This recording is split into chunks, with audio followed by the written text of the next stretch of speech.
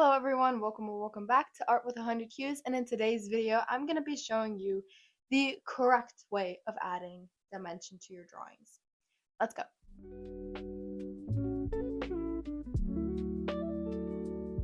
This is my example of my flat drawing that I want to add dimension to. So obviously there's no highlights, there's no shadows, nothing. It's really flat and we want to bring some interest into this drawing. Okay, so for this example, the light source is going to be like right here, okay? This is the light source and it's shining right there. So then correspondingly, we would have the shadow be here, highlight here, and then later on falling shadow like this, okay? You don't have to draw this. This is just to model.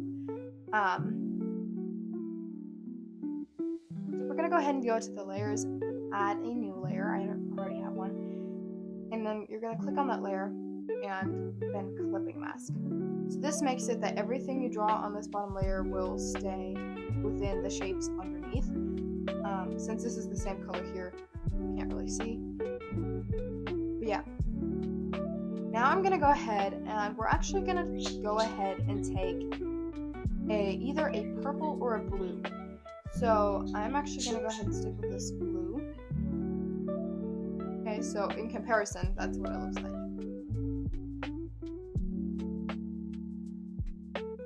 And I'm going to go ahead and shade in.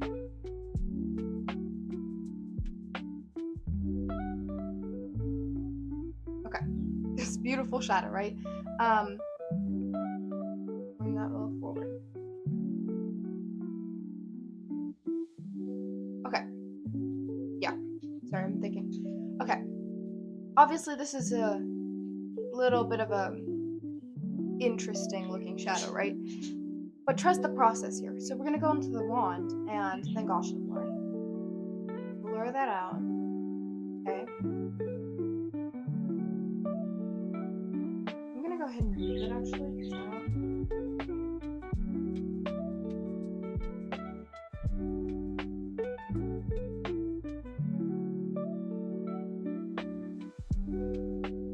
That's good. So then, if needed, I feel like for me it's needed a little bit, but then there's some other cases with different colors. So we're gonna go into the layers and then click on this N right here. And then here where it says opacity, go ahead and drag that down. I'm not gonna need it too much. I think that's fine. So oftentimes when you have a shadow, it's a cooler color, so oftentimes it's used as like a blue or a purple. And what I like to do is I like to do basically the same location on the grid right here. So basically the orange that I used is right here in the corner, so the blue that I used is also right there in the corner. So then for highlight, I'm going to go ahead and go to the layers and add a new layer. And we're going to go ahead and do clipping mask. Okay, so now I'm going to go ahead and take the base color and I want to just take a color that is lighter. So I'm just going to go ahead and think about this. So if we have this is going all the way down here, so I'm actually going to blend this down here. And this is going here, so I'm going to actually like that. Just like this. Oftentimes it helps me that like having a light source to just kind of just drawing it, and you can erase it later just to like accurately place the shadows. So we're going to do the exact same thing that we did with the blue earlier. Go back to Gaussian Blur. Blur it out. This is not saturated enough. Like, this is not like bright enough. So what you can do when it's not bright enough for you, when you like blur it out, you can just go ahead and duplicate it. So swipe and duplicate until it's bright. That's going to work, I think. That should work. I feel like I want to blend it out slightly more now. Not too much. a little bit. And just like that. I'm gonna add some more shadow here because it is where like it's on the bottom, right? Sorry, I have flipping mask on, but it's the bottom and like there should be shadow there. So I'm just gonna go ahead and go here, add another layer, make sure that it's flipping mask, and add some shadow there. Not too much. Actually, I have to make more. That should work.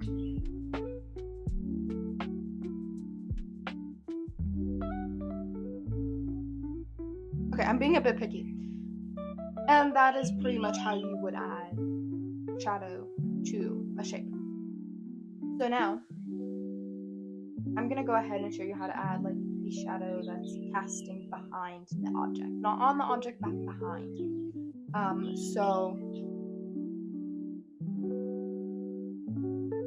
By the way, you can also change the brightness of like the shadows and highlights depending on like the strength of your light source. If that like if, for example, you have like a dim light bulb, it obviously doesn't have to be too bright and too vibrant to be visible. Like if that makes sense. It depends on your light source and where and like context. If you use your context in your drawing. So now I'm going to show you how to do the cast shadow. So we're going to go ahead, I already added a new layer, we're going to drag it behind everything. So, we want to kind of have, I'm going to model it with the blue, but kind of this kind of shape.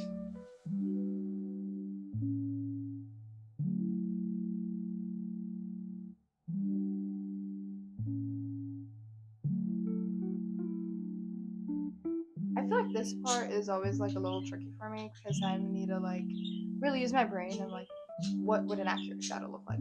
Anyways, so this is what I'm gonna end up with. This is just, again, just a model. So we're gonna go ahead. I'm not gonna blend this out too much. We're gonna use Gaussian Blur and we're gonna go ahead and that's it. That's all we're gonna blend this out for. And back to the layers and click on the pen. And then opacity pretty low, just like that. I think I like it. I'm gonna go ahead and move it actually, because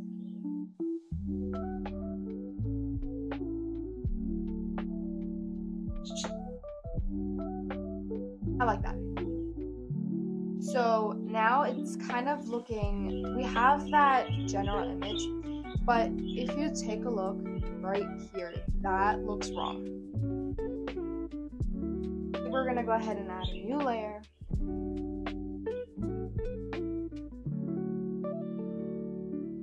And add that depth right there underneath, because that's when the shadow is the strongest. And go back to the wand and blur it out.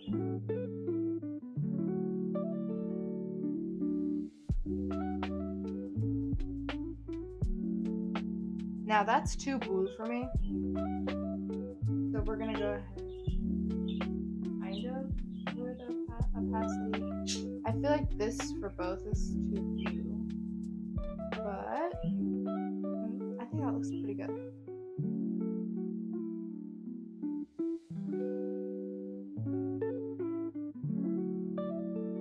For the bottom here, I did end up using a dark gray, which you probably can see. I used this color. And that is it for today. Thank you guys so much for watching, and I hope you guys enjoyed this video as much as I enjoyed making it. I hope you have an amazing day. See you next Sunday. Bye!